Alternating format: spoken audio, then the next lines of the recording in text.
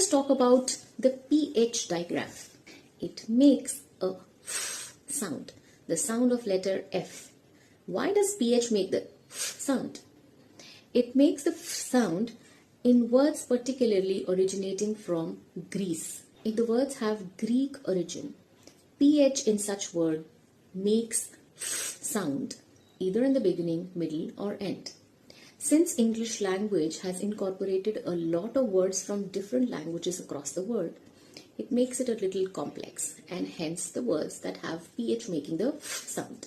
Consider words like phoenix, physics, philanthropy, phonics, philosophy, phantom, elephant, graph, dolphin, photograph, autograph, and many more.